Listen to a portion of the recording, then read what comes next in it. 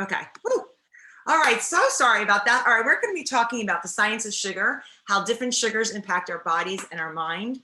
My name is Hallie Steinberg. I am a certified health coach with Hallie's Healthy Living. My goal is to inspire you to live your healthiest life through simple changes. So today, before we start talking about sugar, I want to make sure I'm clear that I am not telling you never to eat sugar, and that all sugars are bad. They do different things for different people, but generally, I'm all about moderation. I'm not about restriction and going cold turkey with things because typically what I find is if you eliminate something, eventually it comes back in. So once again, sugar is not necessarily the enemy. I just want to teach you about sugar and how it affects your body, a little bit of the metabolism sugar, so you can think about that and just make decisions based on your knowledge. This is a very small bit of a bigger presentation, but today I'll really quickly talk about what sugar is, the types of sugar. I'll touch on the metabolism a little bit. We probably won't get to glycemic index, but I really want to get to sugar cravings and what the body needs. So I want to make sure we have time for that. So I'm going to kind of talk quickly. If you have a question, stop me at any point. I can't really see you very well because I'm presenting. So just shout out. All right, so what is sugar? Sugar is a sweet substance in the form of crystals or powder. It comes from plants, and basically it's used to make foods and drinks sweeter. It's a carbohydrate, and it's found in two different forms, simple and complex. Interesting enough, people think of sugar as table sugar. So for instance, a cookie or Cracker Jacks, I don't know, that just came in my mind, but also starches convert into a glucose, which we'll talk more about. So that is also a form of sugar. So simple carbs, starches, those are all examples of sugars in addition to sugar that we think of with table sugar, sucrose, etc. There are four main types of sugars. There's the natural sugar, which we'll talk about. We'll talk a little bit about all four of these. Other caloric sweeteners, such as corn syrup, high fructose corn syrup, sugar alcohols, and artificial sweeteners. So let's talk about natural sugars briefly. Sucrose is basically table sugar. Sucrose will convert into glucose in our body. I will talk a little bit about how that cycle works. So just if you hear sucrose, understand it's table sugar. Glucose is found in plants, and it's basically created in our body from sucrose. Fructose, I always remember this as fructose, fruit, vegetables, and nectar. And you'll see how that is metabolized differently than regular sugar. Stevia, which is a natural sweetener. Lactose and tagatose, which are in dairy. Trehalose, which is in honey, mushrooms, and some crustaceans, and yeast. Inulin, which is plant and grain. And oligofructose, which is in root vegetables. And often those add fibers as well. Those bottom two in particular. So sucrose is basically table sugar. We've got the white sugar that most people are familiar with. We have the turbinado sugar, which is the raw sugar. And the main difference is they don't rinse away all of the molasses. Evaporated cane juice, we're going to talk about that a little bit more with cane syrup. And also we have the brown sugars, which are light or dark. And the main difference is for those is how much molasses is actually on the molecule. They, believe it or not, pretty much taste the same. Sources of sucrose, remember that's table sugar. So there are two main sources of our sugar. It's sugar cane or sugar beets. Sugar cane, if you're gonna do table sugar, is a better source of sugar or sucrose because it's sustainable. It's often non-GMO, especially if you get pure cane sugar. So it's not genetically modified. And it's basically a tropical grass. And it's when I say sustainable, it comes back. It can the soil's reused. It's a healthy crop. And then we have sugar beets. Sugar beets are underground root. You have to plant them every year, and those are typically genetically modified. So if you're going to see organic sugar, you know it's coming from a sugar cane and not a sugar beet. Just an interesting fact. All right, so glucose. Glucose is what we find in plants. So when we eat plants, that is glucose. And it's also what becomes a sugar in our body. And glucose, and I'll explain a little bit more about that, but it's basically used for immediate energy. It's stored in our muscles and our liver. So if we have extra sugar in our bloodstream, and the whole insulin process we will chat about briefly, when we have excess glucose, it's stored as glycogen. And once again, that's mostly stored in the liver, but also sometimes the muscle cells. It's a very important energy source. We absolutely need glucose to survive. That is our source for our cells of energy. And the whole process with insulin. So when a sucrose or some form of carbohydrate is converted to glucose in our bloodstream, something called insulin is released by our pancreas, and it basically takes the glucose out of our bloodstream and brings it into our cells for energy. And when you, so that process, the insulin response, is very important so that we can use that energy. And then when we don't have enough blood sugar, sugar in our blood, the opposite happens, where the glycogen, or wherever it's stored, the sugar converts back into our bloodstream. So it's a really neat cycle. The issue is not so much of glucose, it's having too much glucose in our blood. And that's where the problem with diabetes and some of these other metabolic syndromes, the pre-diabetes, occurs. We'll talk a little bit more about that. So we have glucose. Now we're going to talk a little bit about fructose. Fructose is naturally in fruits and vegetables and nectars, and it's metabolized by the liver. So it's a different process. Now, fruits and vegetables are very important. Just because fruits have fructose does not mean I don't want you to eat tons of fruits and vegetables. Fruits in particular are very important because not only do they have fiber, they have all these antioxidants, all these vitamins and minerals that our body needs. So you'll hear a little bit later, I'll talk about high fructose corn syrup, which is also metabolized in the liver. That's very different than fructose from fruits and vegetables. So just keep that in mind. So fruits and vegetables, extremely important. Some people say, oh, I have to limit my fruit because of the sugar content. And I would say, well, take a look at an orange juice, just having a glass of orange juice versus an orange. There is a big difference in how it affects your blood sugar because there's no fiber, very little fiber in the juice. Whereas if you're eating the whole food, you're going to get a lot more fiber, which will help your glycemic index, which is basically how much blood sugar, how much your blood sugar rises and falls. Based on food. Am I making sense? And is this good? You guys not too fast? Okay. Sometimes I talk fast. Okay, so natural fructose, some examples are maple syrup, molasses, coconut sugar, and honey. Honey is a great source because it's actually more of a fructose source. It doesn't come in the form of sucrose, and it has a lot of antioxidants and antimicrobial strengths, let's just say. So it has a lot of great benefits. So, honey is a better choice than table sugar, I would say. Agave used to be, is also, and you'll see that a little bit more. We'll talk about agave as a natural sweetener. And nowadays, it used to be that agave was popular. They thought it was a great alternative, but now they're saying it's 90% fructose. It's 90% metabolized in our liver, which can cause more problems. So now they're saying to kind of stay away from agave. But these are some natural sources of sweetener that have some, antioxidants that have some benefits to your body. Another source of sweetener is stevia, which is a plant. I've grown stevia, you can grow it. You can get this in leaves, powder, or liquid form. It's sweeter, but it doesn't affect your glycemic index, which is basically that spike you get when you have sugar or any kind of carbohydrate. Your blood sugar spikes, then it drops based on that insulin, and it keeps going up and down based on what you eat. Stevia is not affected by that. So this is a great alternative to sweeteners. So then we get the other caloric sweeteners. So these are mainly made from corn. And a lot of these you want to be careful about. You can also they can also be made from wheat and sometimes rice as well.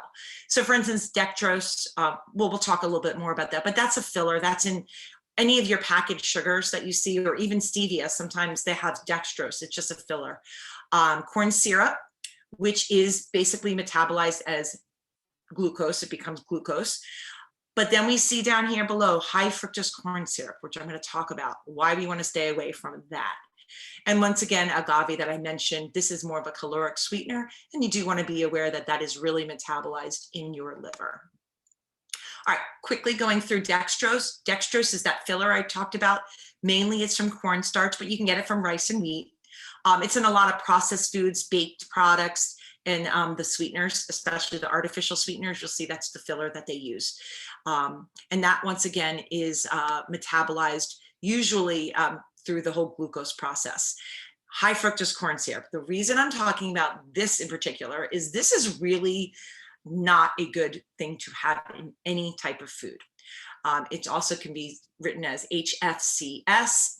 And it's very different than corn syrup per se, because corn syrup, yes, goes through the glucose process, and whereas high fructose corn syrup becomes fructose. And what happens is it's hard on your liver, but it does something else. It's very lipogenic, so it's very fat producing. And the problem is our body doesn't get these hormones released. One hormone in particular is called leptin. It's released when insulin is released. It tells you that you're satiated, you've had enough to eat. High fructose corn syrup bypasses that. So you don't realize when you've had enough. And what happens is it's very, very sweet. So it's very addictive. And once you want something sweet, it becomes a process. So as I said, it doesn't stimulate insulin or that leptin, which is that hormone that tells you, you're satiated, you've had enough. And it is more lipogenic, more fat producing than glucose would be. And it's not the ideal source of energy for muscles or brains. So Hallie, you can see this. Hallie, Yeah. Mm-hmm. There's been a couple questions here, so I didn't know. Yeah, hold on one second.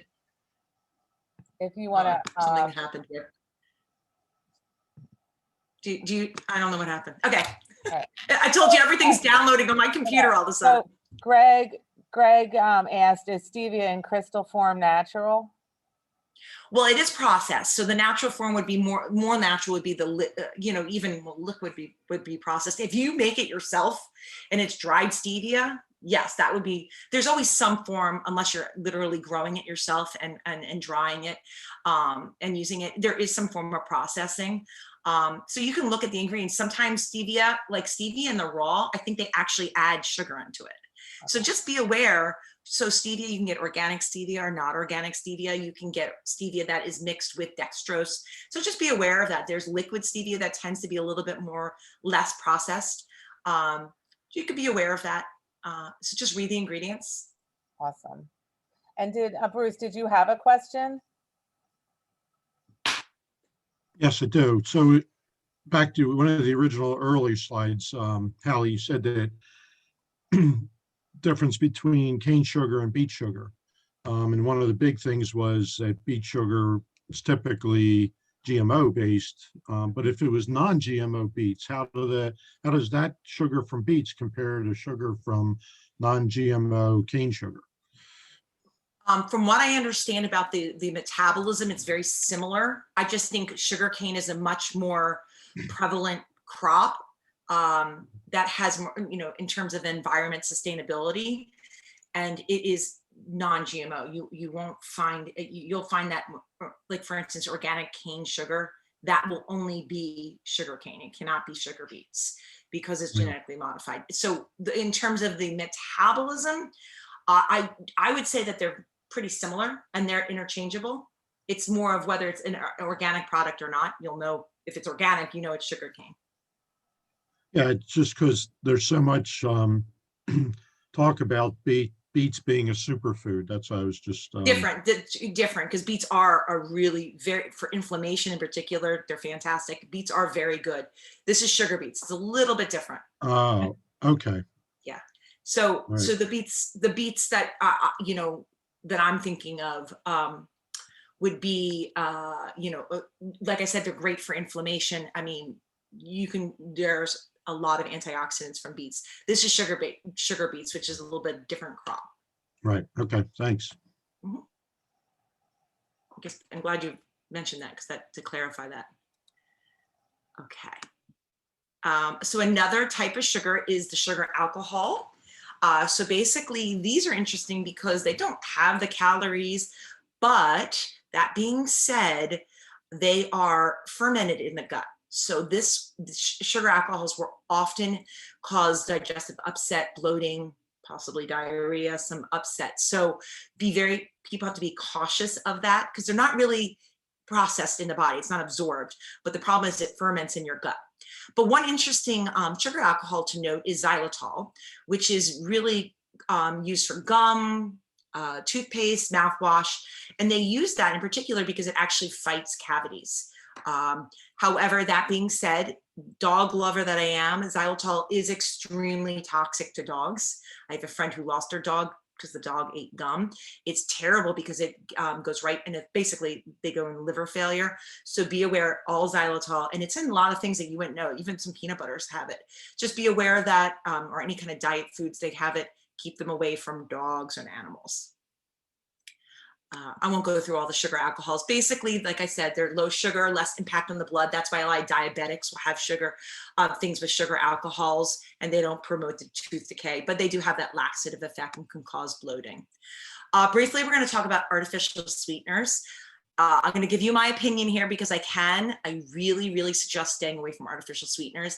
And I really, really suggest, especially for children, keeping them away. Because what affects us affects them so much more, especially as they're growing. They find that these actually go through the blood-brain barrier, so they affect brain growth, brain function. But let's just go through them anyway. So some of the sweeteners are aspartame, ACE-K, saccharin, sucralose, and the two newest ones are neotame and advantame. And the reason I show this slide is, sugar, you get this baseline here. And the advantame, this new one, is 20,000 times sweeter than sugar. So although you might need a little bit of it, there's a lot of other effects. We can talk about how it affects your body in terms of cancer causing, potentially tumors, also craving things, because once you have this sugar, the sweeter, the more you crave it. The less sweet you eat, you tend to crave it less, believe it or not. And if if you haven't had sugar in a while and all of a sudden you get a Diet Coke, boy, that will floor you, and try it, you'll see. So limiting sugars and then all of a sudden having some of these sweeteners, it's pretty shocking. And the other thing I want to mention about these artificial sweeteners is, they might be FDA approved, and these are the ones that FDA approved. And they're called basically, things that are generally regarded as safe. So GRAS foods, they're generally regarded as safe, GRAS. But typically, especially with children, stay away is my opinion. And I don't really give too much of my opinion on these, but that's my opinion. I'm sorry, we're not going to get to go through all these, but if you want to see the slides, just reach out and I'll show you. This is just a quick thing on these, but it can get in depth. All right, really quickly, I want to just review the metabolism. I love biology. So this to me, I love. So if it's boring, I'm sorry, just bear with me. But carbs, as we're talking about, either sugars or starches, are digested in your intestine and they become glucose. They form into glucose, which enters your bloodstream, which is the blood sugar that I've been talking about. When they enter your bloodstream, hormone insulin is released by your pancreas, and basically it binds to the glucose and it brings it into your cells for energy. And then the extra is stored into the liver as glycogen, so that if your blood sugar drops, you can go back and forth with this great cycle. And then it's stored in liver and as fat, depending on how much extra sugar there is.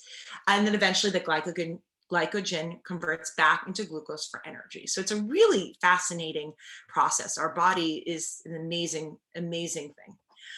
So how is fructose different than glucose? Now, remember, I'm not saying fruit is not good. Fruit is very important. It's just metabolized differently. So keep that in mind. It is digested in the small intestine, and it's taken to the liver to be metabolized. So rather than going through that process of insulin and then being brought into the cells, it actually is processed in the liver. And the end product is similar. It produces energy, but just from a different basically pathway. However, excess fructose can become fat molecules. So that's why some of them are more lipogenic, lipo meaning fat producing.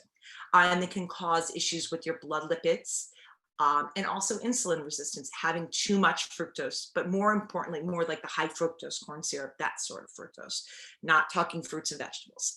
And it actually is processed similar to alcohol, which is ethanol in the liver. So it's an interesting connection there.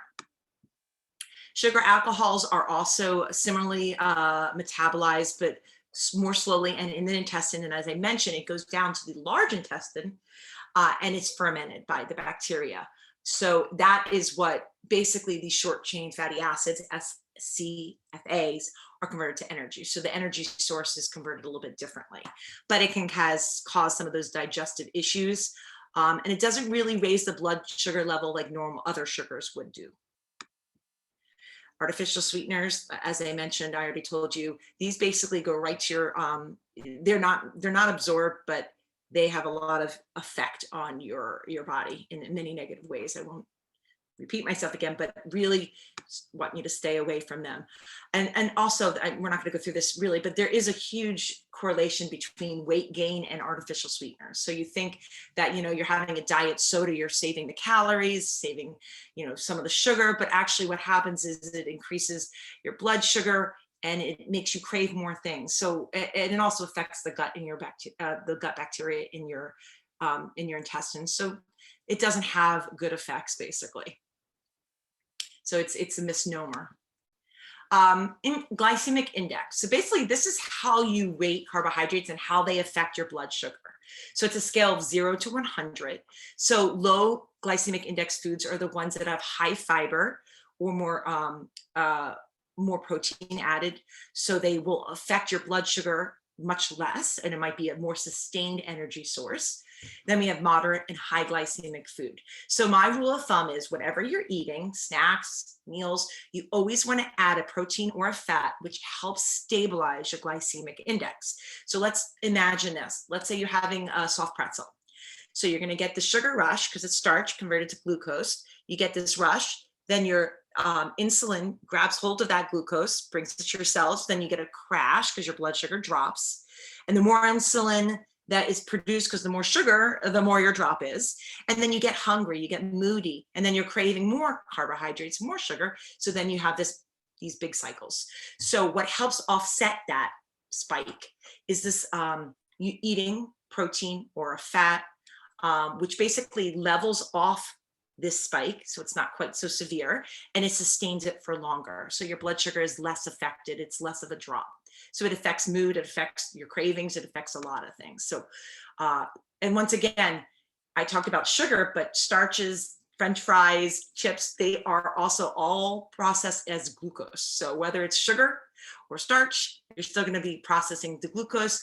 And especially this processed foods, you're going to get a much higher spike. Your glycemic index is going to raise and lower. These are higher glycemic index foods because So they have Hallie, blood sugar. the peanuts and Snickers balance out the glycemic Well, spikes.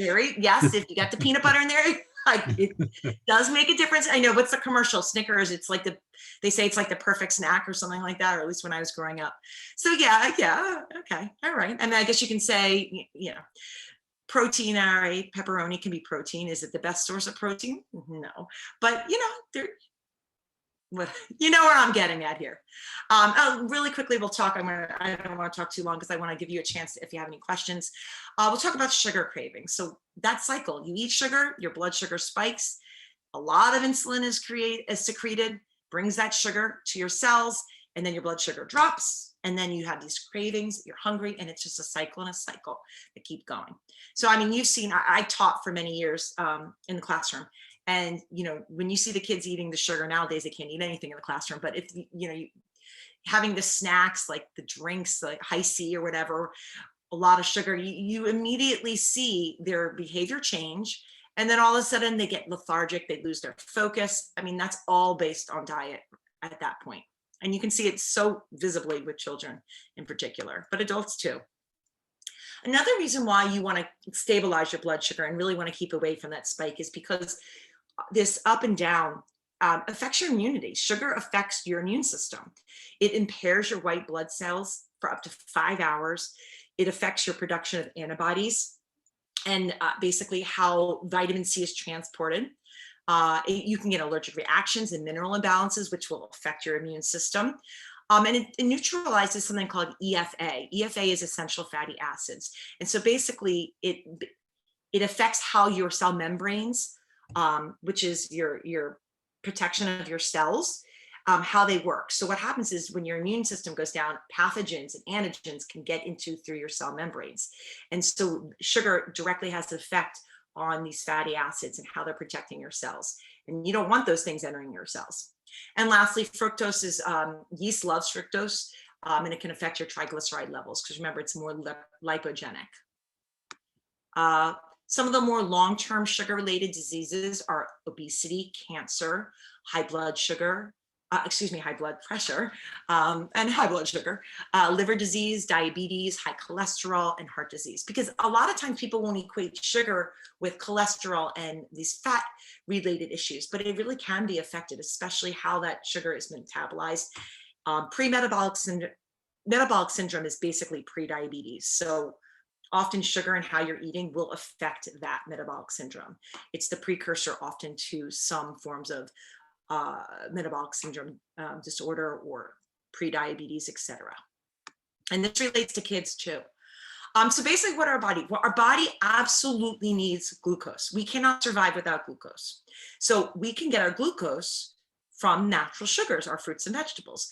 And we need to have at least 2 teaspoons of glucose in our bloodstream at all times. If we don't, our body's not functioning properly. So like I said, I'm not saying, our body needs glucose. Our body needs that to function properly, but we want to make it balanced. So we want to make sure we're having our fruits and vegetables and being careful with our sugar sources. All right, how do we kick this sugar habit? Well, there's a couple of things. I mentioned briefly about curbing your taste buds, retraining your taste buds. Basically, when you eat a lot of high sugar foods, you crave them. You're used to that sugar. Your taste buds are actually trained. I suggest taking away 1 sweet food a day, a week, not a day. Well, you can do a day, but a week. Or if if you have coffee and you add a lot of sweeteners, take it back a little bit, add a little bit less. Over time, your taste buds do change for the better. And then you'll notice that some things maybe don't taste as good as they used to be, or they're just way too sweet. And also you can choose good for you sweets. We've got naturally sweet foods. We got the natural sweeteners like the honey, the maple syrup, things like that. But also we have fruits and vegetables and purees. So you can do wonderful things with those that are naturally sweet that your body needs. And you're getting also the benefits of the antioxidants and the vitamins and minerals. As many of you know, I'm all about little steps, small changes for a healthy life. So, someday I'm gonna go cold turkey, and everybody's different, but baby steps I find are more sustainable. If you cut something out completely, you will definitely change your taste buds. You'll train your taste buds. The question is, can you sustain that for the rest of your life? And how do you add it back? Some people that works, some people that doesn't. So sometimes baby steps are the best way to curb your sugar habit. I always suggest eating more protein and high fiber foods, which curtails that glycemic jump that we talked about. It makes it a little bit more stable, that glycemic index. Getting outside, exercising, moving your body. Sometimes when you're craving sugar, just getting out of the house or getting your body moving kind of gets you out of it. You might not think about it, might not crave it as much. And you can also experiment with spices. Spices can be very sweet. Maybe not quite as sweet as sugar, but coriander, nutmeg, ginger, and cardamom are a couple spices that are a little on the sweeter side. And then there are some spices that actually help with your glycemic index, are great for diabetics. Like for instance, cinnamon's a really great spice that's good for people with diabetes. It can actually help your glycemic index and your glycemic level. We want to limit our natural sugars too. So we don't want to go unlimited natural sugars because it's still affecting the glucose or the fructose in our body. So for instance, women, this is a guideline. The maximum is 6 teaspoons a day of natural sugars. Those are added sugars that we're talking about. Men is 9 teaspoons. And we really do want to skip those artificial sweeteners, stay away from those things that really do affect our body in a lot of negative ways. Eat more fruits and vegetables. You drink your water, especially to relieve, to flush out a lot of the toxins, especially for our liver. So water is extremely important. And read your labels. So much of what we buy, a lot of it's hidden in our labels. Like we don't realize high fructose corn syrup is in so much. It's in breads. It's in it's amazing what's in. So just keep an eye on that and just limit your high sugar foods, because there's always different choices out there. Maybe not quite as sweet. And, I'm thinking of cereals. There are some cereals that are, kid magnets, but they're really very high in sugar. But there's some alternatives that might be better. And so in summary, know your sugars. Hopefully we went through that a little bit. Avoiding your processed foods, cut your cravings and balance your blood sugar. So we talked a little bit about cutting your cravings and trying to kick that sugar habit. And the goal, of course, is to eat as many real foods as possible, the whole foods, and add your fibers and your proteins and your fats, healthy fats, to help stabilize your blood sugar. And that's what I have for you guys today. That's awesome. Hallie, could you comment on the sugars in beer? I did not, yes. Okay. Could you, is what I was asking. Oh, could I? Yeah, I was gonna say I didn't comment on that. Well, that's yeast. And then they actually, I believe you add cornstarch, right? When you make beer, I think you add something like cornstarch. I'm not that 100% familiar. I actually was just talking to someone who was telling me about it, the process. So yes, I mean, that is a form of a carbohydrate. And so it's processed, but the alcohol itself is going to be processed through the liver. I'm assuming the other part is the glucose aspect, because corn starch, unless it's high fructose corn syrup, would be metabolized through the glucose process. So you are getting your liver involved because of the alcohol content, and then you have the glucose cycle as well. Do you have any specific questions about it? Whether the type of sugar matters that they use.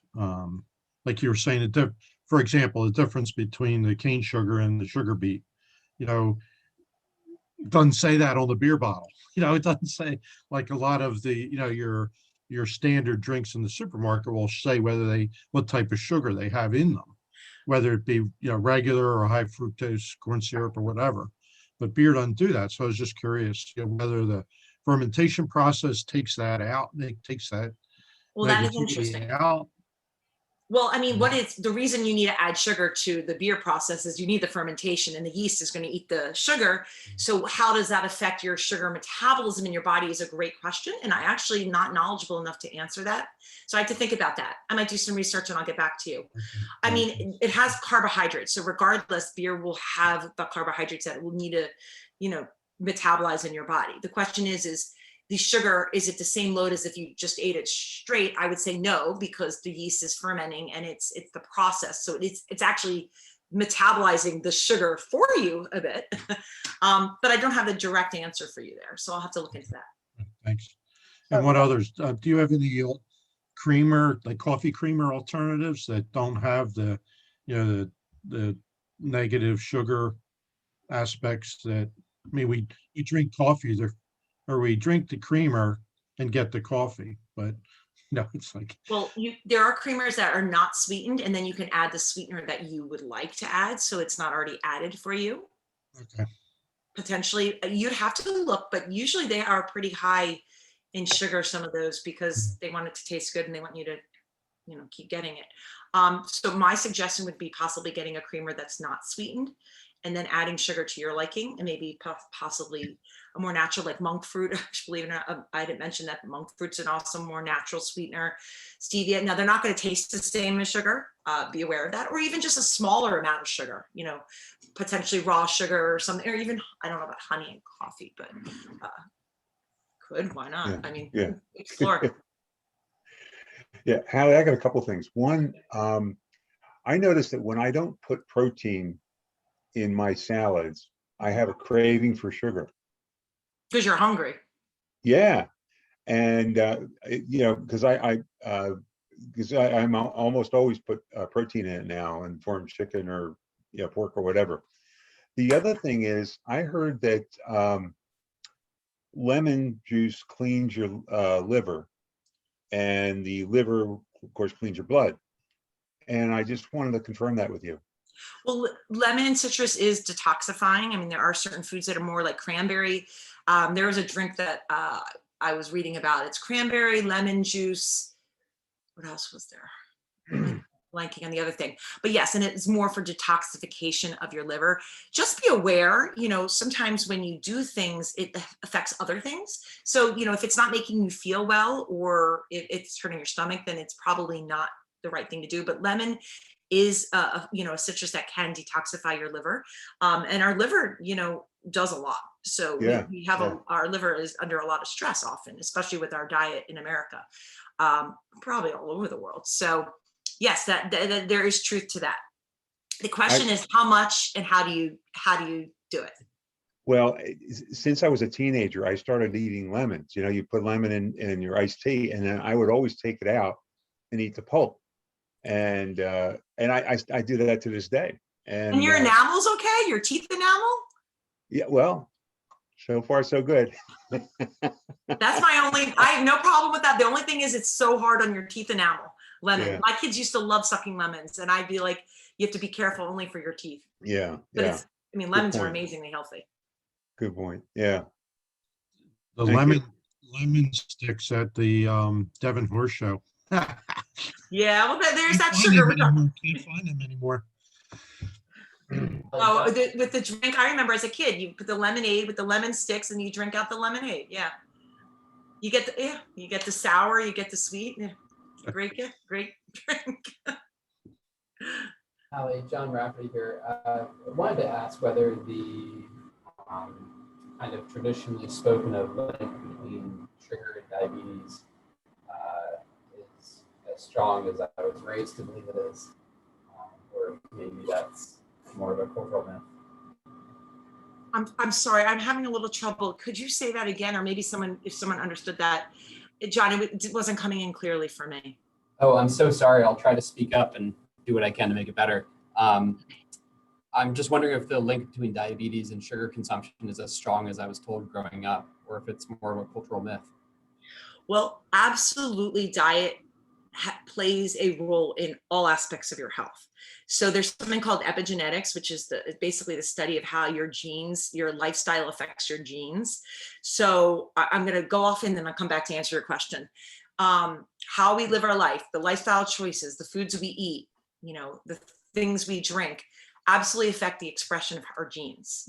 We are not beholden only to our DNA. I mean, our DNA is our DNA, but how we live our life, our lifestyle absolutely affects that expression of that. Now, that being said, also healthy living, healthy eating, exercise can affect other diseases and cancers. It can help you have less of a chance in getting some of these things, including diabetes, depending on the type of diabetes. There's a type of diabetes that is not diet. It's a insulin issue, so it's not diet necessarily related. And then there's a type of diabetes that is absolutely diet related, weight related, and a lot of children are dealing with this pre-diabetes, and that's basically metabolic syndrome, the pre-diabetes becoming that type of diabetes. So yes, foods, I mean, more and more our children, the sugars that we're eating, the size of amounts of food we're eating, the trans fat is a big one. Those are all promoting that. So there is definitely a lifestyle component to that, to certain type of diabetes, because there are two types of diabetes. Okay, thanks. Great presentation, Hallie. Thank you. Thank you. I hope you'll learn I something. think it's just so hard. Like I did print out the chart about how, what to do for sugars, but I know, I mean, my husband he really eats too much sugar, and he's like, well, you give it to me, so you buy it, so it's your fault, but honestly, I think he really needs to, and I think we all do. I mean, I don't drink sugar in my coffee. I drink a lot of wine and beer, but I don't like a lot of sweet stuff. But he has to really retrain his taste buds, and foods like sugar he loves. Like, he's not a salt guy, he's not even bread, so it really has to be that systematic, I guess, removing things from your diet. Well, and you make a very good point, because there are some people that really don't care so much about carbohydrates. I know me, I crave carbohydrates. That's like my side of the family, my parents. I mean, carbohydrates is big in our family. And that's just something that, also remember carbohydrates help some of these neurostimulators like serotonin and all these wonderful good feeling hormones in our brains. So it affects people differently. Some people really are more protein. They'd rather have protein. And then there's people like me who give me a carbohydrate any day. I'm thrilled. So you just have to temper with that. And then you make sure you add in some of that protein, some of those healthy fats to offset that. So like I say, it's not about saying you can't have something. It's about how to make it in moderation, that it will keep you sustained, that habit will be sustainable through your whole life.